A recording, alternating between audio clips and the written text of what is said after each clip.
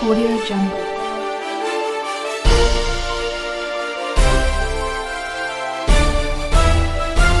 Audio Jungle.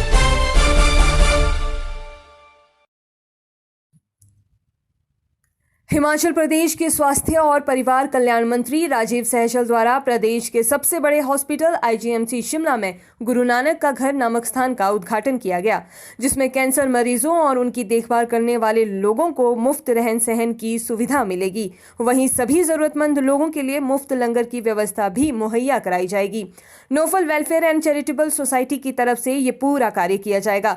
स्वास्थ्य और परिवार कल्याण मंत्री राजीव सहजल ने कहा कि इस शुरुआत के माध्यम से लोगों को बहुत बड़ी सुविधा मिलने जा रही है, जहां निःशुल्क रहन सहन और गुणवत्ता युक्त भोजन इसकी प्राथमिकता में शामिल रहेगा।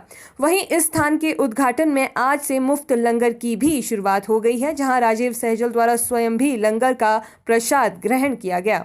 इसका खड़ा ना बनाया जाए, इसमें आपकी क्या? देखिए, राजनीतिकरण इस तरफ से तो कुछ नहीं इसका हो रहा है।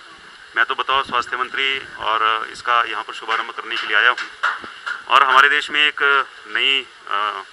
नई तो नहीं है, खैर ये रवायत पुरानी है, कोई भी आप अच्छा काम करना चाहें तो फिर उसकी बुराई शुरू हो जाती है, टांग खिंचाई शुरू हो जाती है।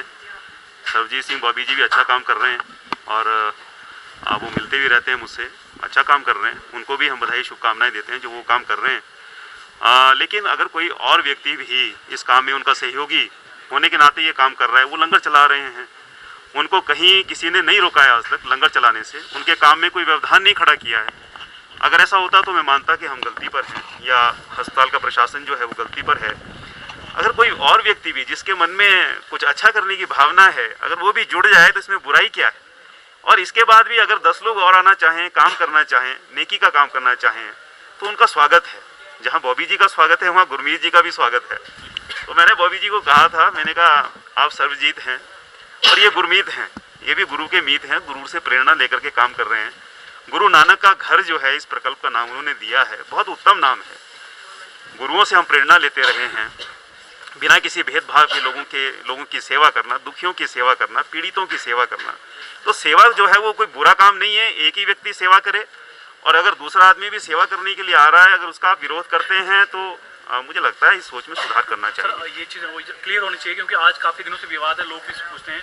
सर, उनका ये भी कहना है कि ये उन्होंने पहले मांगी थी जगह कि वो है रेन बसेरा के नाम से जो है चलाना चाहते थे, अब उनको दे दी गई है।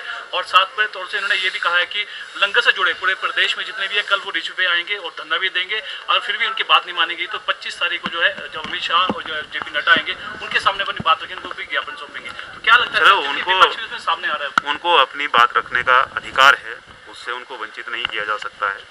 लेकिन किसी व्यक्ति को उनके अतिरिक्त अगर और भी कोई व्यक्ति सेवा में हिस्सेदार बनना चाह रहा हो तो उनके विरोध के बाद जो है उस व्यक्ति को रोका नहीं जा सकता सेवा करने से। ये मौका सबको मिलना चाहिए। और भी कोई सेवा करना चाहे, आना चाहे, रोगियों की सेवा करना चाहे, उनके जो अटेंडेंट्स यहाँ पर आते हैं उनकी सेवा करना चाहे, उनका भी स्वागत है। कितने ही लोग जुड़ सकते हैं और बॉबी जी अकेले नहीं है, उनको भी कुछ लोग उसमें सहयोग कर रहे होंगे।